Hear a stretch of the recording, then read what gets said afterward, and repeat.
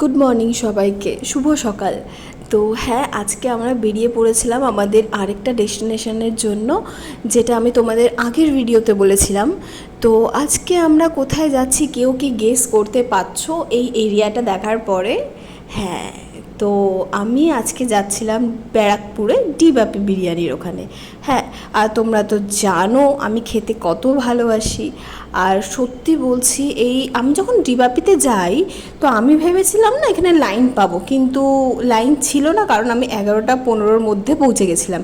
আর মানে এইটা দোকানটা ওপেন হচ্ছিল 12টার সময়। তো বেসিক্যালি কোনো কেউই ছিল না, আমরাই ফার্স্ট কাস্টমার ছিলাম এখানের।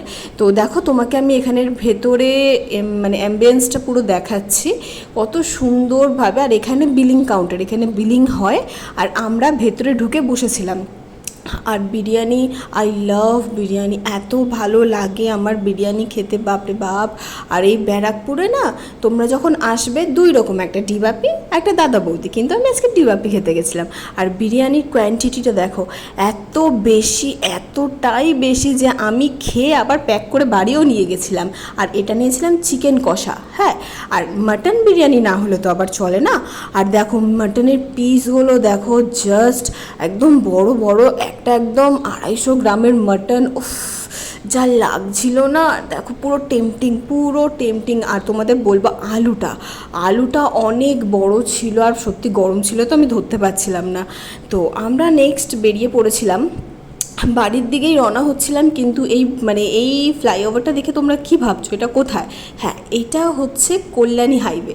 আমরা কল্যাণী হাইওয়ে ধরে বাড়ি ফিরছিলাম। তো যেতে যেতে আমি একটা ঝিলের মতন একটা জায়গা দেখি, কিন্তু আমি ভাবলাম এটা আবার কি, বর্তির বিল না তো? না, এটা বর্তির বিল ছিল না, ভুল করেও ভেবো না, কিন্তু এটা নর্মাল ঝিল ছিল। কিন্তু খুব বড় ঝিলটা ছিল, আর খুব সুন্দর ঝিলটা ছিল, আমার এত ভাল লাগছিল। আর মা আসছে, হ্যাঁ, আমি মা মানে দুর্গা মায়ের কথা বলছি, কিন্তু হ্যাঁ, দুর্গা মা আসছে। আর এই ঝিলগুলোতেই তো ভাসান যাবে না? তো মানে যদি আমরা এই ঝিলগুলোর মধ্যে আসিও, তো দেখতে পাবে দশমীর দিনে কত রকমের, কত আনন্দ, কত কিছু। তো ভালো লাগে, একটু দুঃখ থেকেই যাবে, কিন্তু হ্যাঁ, এখন মা আসছে, এটাই আমাদের মজা। আর ট্রেন দেখলে কি বলে তো, আমার আবার পাহাড়ে ঘুরতে যাওয়ার কথা মনে পড়ে, এত ভালো লাগে আমার পাহাড়ে ঘুরতে যেতে। তবে হ্যাঁ, এই বছর আমি আর যেতে পারবো না, যাবো তো আমি নিশ্চয়ই, তবে নেক্সট ইয়ার। কিন্তু হ্যাঁ, একটুকুনি মানিয়ে চলতে হবে, কারণ আমাদের সামনে কিছু প্ল্যানিং আছে, ওটা করতে হবে। আর এই দেখো মা আসছে, এত মজা লাগছিল আমার। আজকের মতন এতটাই।